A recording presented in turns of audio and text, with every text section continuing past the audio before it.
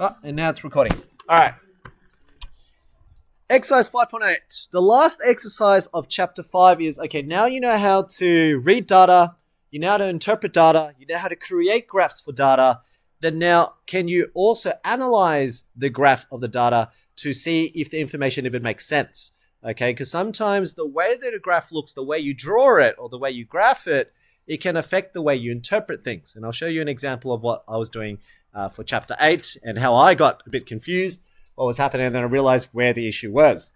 And that's what your task is in this exercise, is to find out what is the issue, what is changing the interpretation. Okay, so here, many people have reasons for misinterpreting data, and you see this a lot in like politics, news, for example, when they project mental health, for example, or decline in, increase in decrease in salary, but increase in cost of living.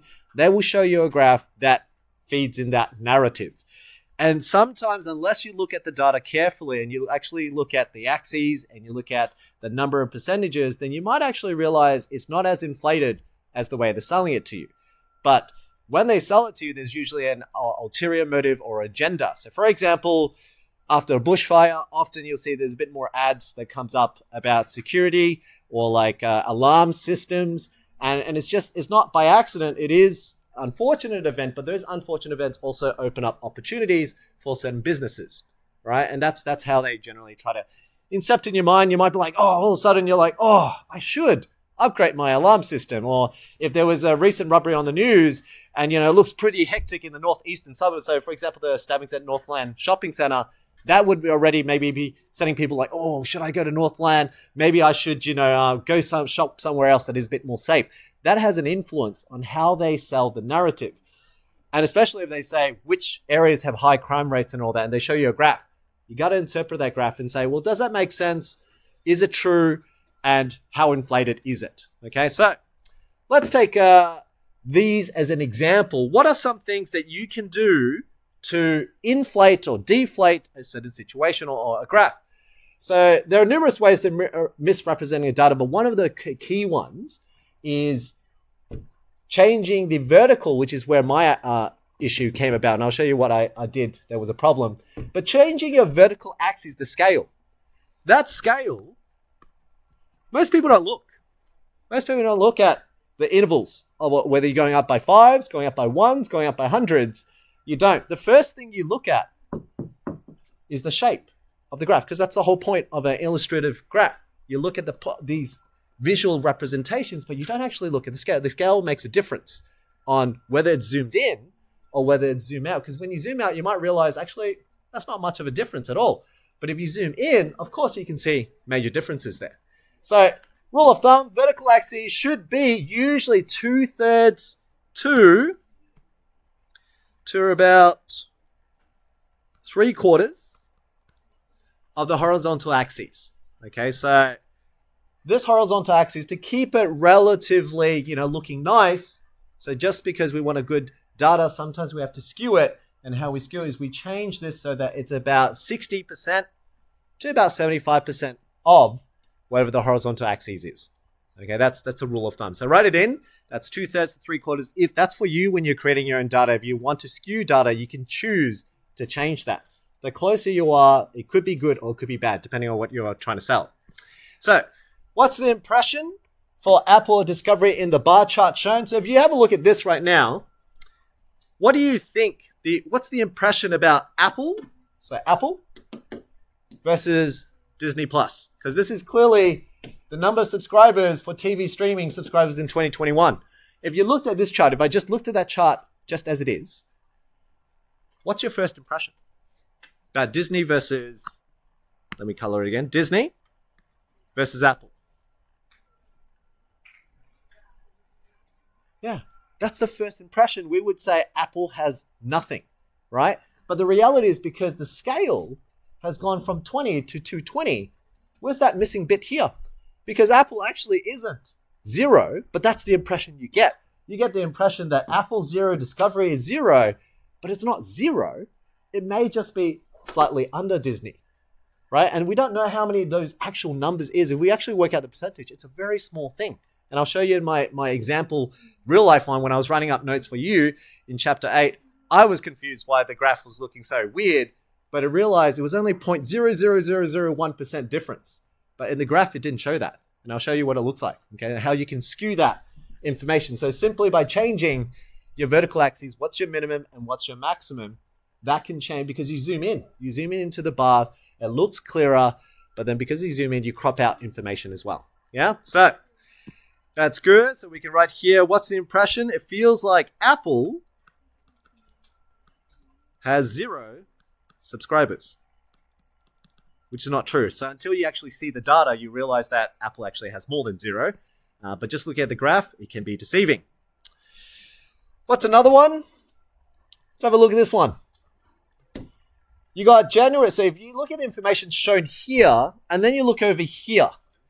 Now, if I zoom in, just for you to see, what is the impression between January to March, to then April to June to September, to October to December? Just looking at that. What's your first impression on a graphical sense? Has there been any changes? No. There's been any changes. But if you look at the data, has there been any changes? Yes. And it's very easy to show this difference. Had I just changed the scale, if I actually did 200 and then 200.5, 201, 201.5, and then 202, and I did a bar graph or even a dot, you will see that jagged line. But because I've made the scale so large, even a small little inkling, you can't see it. So the first impression is that they're all the same. So that's what I mean. So it depends on, if you want to show that the market hasn't changed at all, this is what you do. The more you zoom out, the less change you see. If you want to show that there's change, zoom in. The more you zoom in, the more that you can actually see the differences between them. Okay, so that's why on sort of the news and all that, usually if you really want to look into it, your ideal is to get the actual data.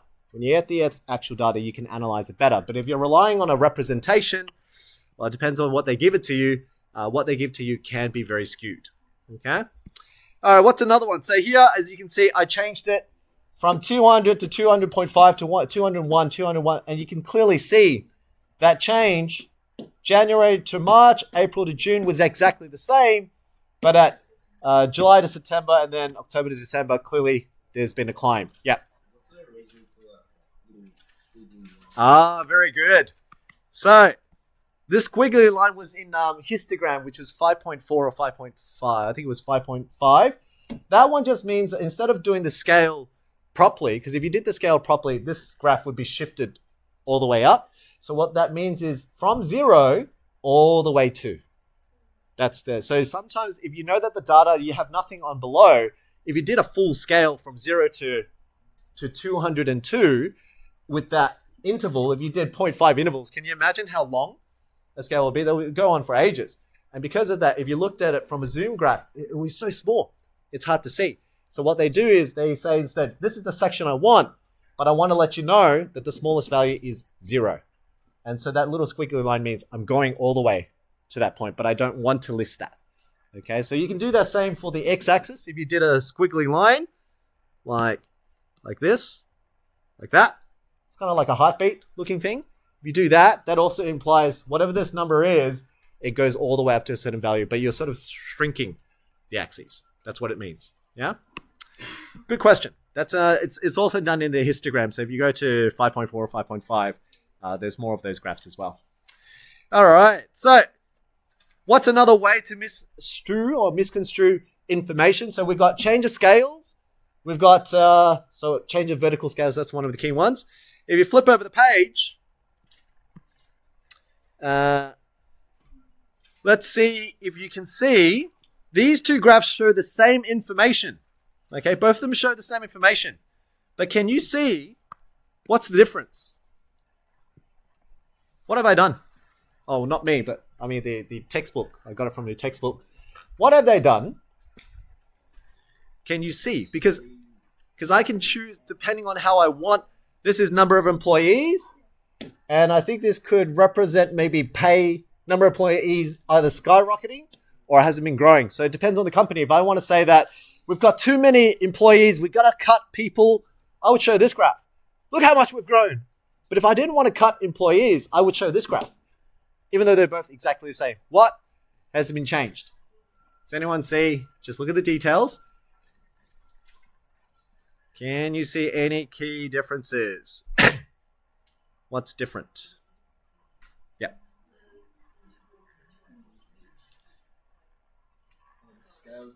Very good. Again, scales, because the graph is still between the 4,000 and the 5,000. That's where most of the data is. Okay, and by zooming out, you're also taking away that visual aspect of the dip. You can still see the dip here, but it looks worse here. Yeah, so it's still the same information, but what are they omitting? They're omitting this section. Oh, sorry, let me fix that. So this is called omission of certain values. Just like what I was showing you before, if you don't do the scale, the Z squiggly thing to show that goes from 0 up, and you literally omit it. See how it starts at 4,000? This one actually starts from 0,000. Oh, so 0. So 0 to 1,000, 2,000, 3,000, 4,000. This is the proper scale. So if you do a proper scale, which is what I was saying to Pav before, if we went from 0 to 202 and intervals of half, that's what it'll look like. You're zooming out. It makes it look less bad, but if you zoom in with the correct scales, 2/3 to 3/4 of the horizontal, you can then see the changes better. So out of these two, well, there's a purpose. I'm not misconstruing the information. I'm not lying to you, but the way I sell the narrative will influence the decision. So imagine this on the news, and they were saying, this is the rate of growth of the population in Australia. We gotta stop. At this rate, we're going to be overpopulated and we don't have enough resources. If I sold it that way, you'd be like, oh yeah, I better vote for the next candidate who's going to make sure that we're not going to have more people coming in. Versus, if I wanted more, I'd say, well, look at that steady climb. There hasn't been a change. So I can sell a narrative based on a visual representation, even though I haven't lied about the data. Okay? All right. So here, notice that in A, the scale on the y-axis doesn't include 0 to about 4,000. How does that affect the graph compared to B? Well, it makes group A look more intense. Okay, so simply by zooming in, this jagged change, this rapid change, feels like it's rapid, but it's not rapid. 4,000 to 5,500 over how many years? From 2017 to 2022. How many years is that? That's like 5 years. Over 5 years, you've grown from maybe about 4,250 to just under 5,500 people. So let's just say about 750 people. 750 divided by 5 years. That's what? About 15 employees per year. Now, for a small company, that could be huge. But for a large company, that's very small. So it depends on, it's relative to the situation, but how you sell it can make a difference, even though I haven't changed the data. Yeah, but I'm just changing the visual aspect. All right. Another one is a visual impression. So if you look at this right now, 2020, 2021, 2022, if I drew a bar for you to see, so the first impression is, 2022 looks huge. Looks like a big impact, right? But the reality is that we're just looking at height-wise, because at 2020, it would have been 100. At 2021, it's 200. And then at 2022, that's 300. So they're all equally as improvement in terms of this is only 100 more than this year. This is only 100 more than this year. But visually, what have I inflated? The width of the bar, which if I did a bar graph and it was all equal, you can't see that impact. But by simply drawing an icon, which is a pictograph, I can inflate that percentage. And it feels like 2022, we made big bucks. We made a lot of profit, millions of dollars. But really, it's the same profit every other year. Every other year, I've gained 100 million, 100 million, 100 million. But making that a lot bigger makes it feel like I've made a big progress in 2022. Okay, so what I'm identifying with you here is the skill that you're going to practice in the exercise. You're going to look at the graphs and then you're going to identify what has changed and what kind of impact does it have on your interpretation. Okay? All right. Last one, as in terms of explaining in terms of what things you can change as well. Most of it is scale and visualization. Yeah? This last one, though, consider the following two graphs. So again, you've got this one, particles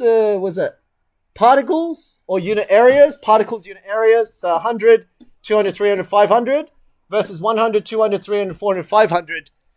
What can you tell me about this scale? Because those are the two I want you to look at. What's the difference between these two?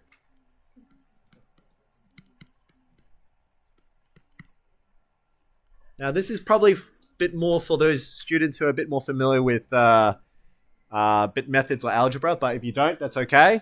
What do you think? What do you think they're changing, Shara?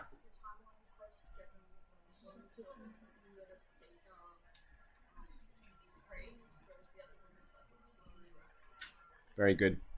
For those who didn't, was that what you were going to say as well? Okay, very good. So the difference between the two. This one is what you're familiar with.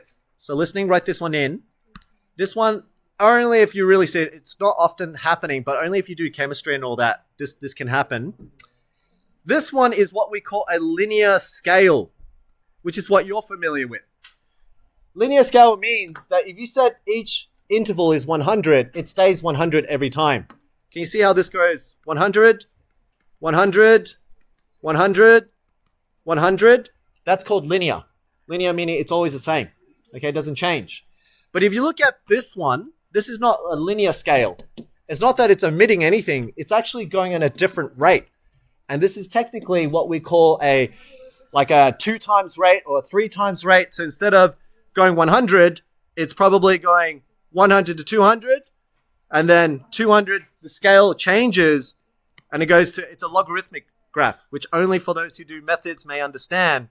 It grows fast, but then it tails a lot slower, which is what Ishara was saying, that it seems to be the gap is a bit closer. Okay, and that's because of that shape. The scale is different. Okay, so it grows in a small space. So from 300 to 500, that's 200 there. That's a 200 gap. Versus this one, that's a 100 gap. So the gap gets smaller and smaller, but it's actually meaning that it's getting larger and larger much quicker. That's a different type scale. So one way, instead of knowing it's called logarithmic, you can say something like non-linear.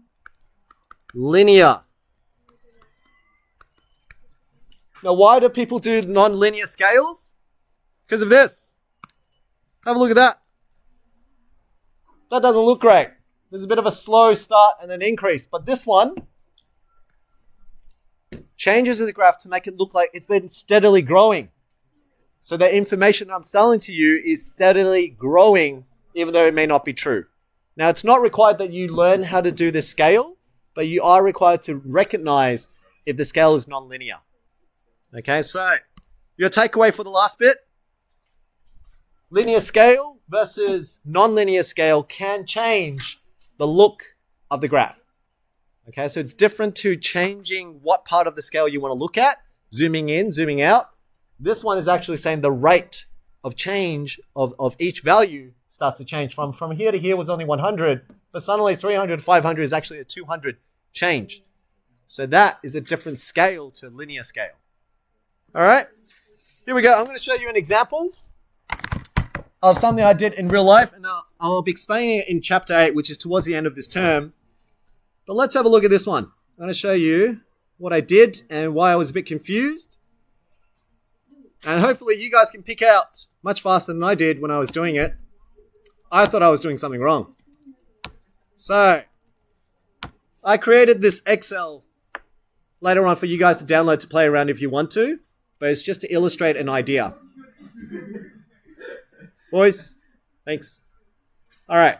If you have a look at this, this was a concept that I was trying to explain between probabilities. But if I asked you right now, flipping a coin. Let's say I asked you to flip 5 times.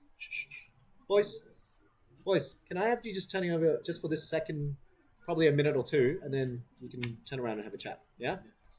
So this section here, number of trials. Imagine if I gave you all a coin, and I said, I want you to flip it 5 times. The reality is that if I asked each of you, and I said, what's the chances of getting tails? What would you normally say to me? If I said, if you flip a coin, what's the chance of getting tails? You would say? Flipping coin, chance of getting tails? 50%, right? But the reality, though, is that Michael, when he flips 5 times, it doesn't mean he's going to get, actually, let's say 6 times, it doesn't mean he's going to get 3 heads and 3 tails. And then when Mitchell flips, he's not going to get 3 heads and 3 tails. And Jack, when he flips, he's not going to get 3 heads and 3 tails. The reality is that they could get all 5 heads. This could be 5 tails. This could be 3 tails and then 2 heads. That's the reality. So why do we say that when you flip a coin, there's 50%, right? So this is what I was trying to illustrate, that this scenario, I did a random one on Excel. I programmed it to say, choose some random values if I flip 5 times, right? So it comes out as the random time is I get 1 H and then 4 tails. It turns out to be 20% versus 80%. And it's shown on the graph. 20% versus 80%, right? So you can see the difference. But it's not 50% like you guys just said. But watch what happens, and I should change this scale later. Watch what happens when I change it to, say, 50. Okay? It's looking a bit better, right? So I'm doing 50 flips. Not that I'm going to ask you guys to do 50 flips, because that's crazy, right? But if I asked you to do, imagine you sat down and you actually did 5,000 flips. It actually looks relative to the same. If you look at the percentage, one's 49.9 and one's 50. So visually, that looks good. True? And so what I did for myself when I was playing around with this, I was trying 550,000, and it should look pretty much the same. But this is what didn't happen, which I didn't change at the time, and this is what it looks like. See the scale? The scale is from 0 to 100%. Remember how I said if you change that scale, it looks dramatically different. And this is what I didn't realize when you start doing it, it automatically does not do the proper scale. It actually zooms in for you. That's what Excel will do. Excel will zoom into the data so you can see it better. And this is what they did to me. They did 40 to 50. Oh, wait, sorry, I forgot to put the percent symbol in it. 40, let's go back, 40 minimum bounds, 40% to 50%. Oh no, what did I need to change? Auto axes. Ah, damn. How do I change it back? Minimum bounds, so reset. That should be pretty good. Oh, maybe this is too small. Oh, maybe I need to go 49 then. 49? Why is that so big? 4,900. 49. Oh, maybe I need to do 0.49. Sorry, my bad. 0.5. There we go. All right. So if I now go 0.4. Yeah, so you can see that. So if I go to 4.4901. All right, here we go. When I first did it, they had a different scale that actually was zooming in better. But can you see now, if I showed you that graph and I asked you, if you flip 5,000 times or 50,000 times, is it fair? Is it 50%? You would say it's not fair because you can clearly see there's a difference between the two. But what that difference is in reality is 0.01 of a difference. And that's what I mean. All I changed was the scale. So going from 49% to 49.9%, that's what I'm doing. I'm changing the visual look because I'm zooming in so much that I have to look at the minor difference. And if I zoomed in close enough, you can even see a bigger difference. Get me? So by changing that scale, you can affect what it visually looks like. But the reality is, if you actually did it properly, this one should only be, if I did, where's the graph again? Right hand, format axes. It should have been 0 to 100%. That's the reality. The reality is that they're very close. And that's why it's saying that if you were gambling, for example, if you gamble once, the chances are obviously in your favor in the sense that sometimes it can be bad, sometimes it can be good. But the reality is if you played it for 1,000,000 times, if you went gambling for many years and you do it 7 days a week and you played for like 12 hours a day, the reality is that it will eventually be in the favor of the house. That's why they say the house always wins. Because the reality is they already know the percentage. They just know that if you played long enough, they just need to keep you in that room long enough. In the end, they win. Because that's what I just showed you. I just showed you if you guys did 5 flips, each and every you will be different. But if you each did 50,000 flips, the reality is the difference is so minor, I don't care. Because then when you go to gamble, they're getting like 80% wins. You have a 20%, you have a 20% chance of winning and 80% chance of losing. When you play long enough, the house wins. Because they know overall, they don't mind shelling out better money for the one time that someone wins big. But the overall is that the longer those people stay, the data shows that you are going to lose overall. And I've just done that as a simulation. So that's why gambling and knowing your odds and all that, every gambling game that you get into, you are going to lose in the long run. But you may be lucky in the first shot or the second shot. So when you get lucky, get out. You won some money, get out. You made some profit, get out. But each time you do it, it is not going to be the same because the longer you do, the more you do, statistically and mathematically, you're not going to be winning. Okay, so that's what I want to show as part of what I was going to do for Chapter 8, end of this term. But here we go. So back to you. This is the exercise. All you have to do is you're going to look at each and every one of these graphs in 5.8 for the year 12s. You're looking at the graphs and you have to identify what is it that they changed to make an impression on you. What did they do to change that view is the exercise. And that finishes Chapter 5. Cool? All right, team. Remember, as a reminder, so I got you again tomorrow, but by the end of this week or next Tuesdays when I see you, I do want to see something from Chapter 5. So upload what have you done for Chapter 5. I then include that as part of your S's for those exercises that you do. Obviously, if I feel like those questions that you did doesn't sound like it's you, I will then call you up and I'll test you. And if I can see that you don't really get it, I'm going to get you to do it again in front of me until you do understand it. Then I'll tick off the skill. Okay, so that's the same for everyone here. So for the 11s, you got your year 11 questions that you're working on, and year 12s, you got your year 12 questions. But each of you, if you're just trying to get an S, that's the bare minimum. Okay, if you're trying to do for the exam, then what I'm teaching in terms of interpreting, that's what you got to practice for the exam. Okay, learning to apply this concept and understanding. All right, I'm going to stop the video there.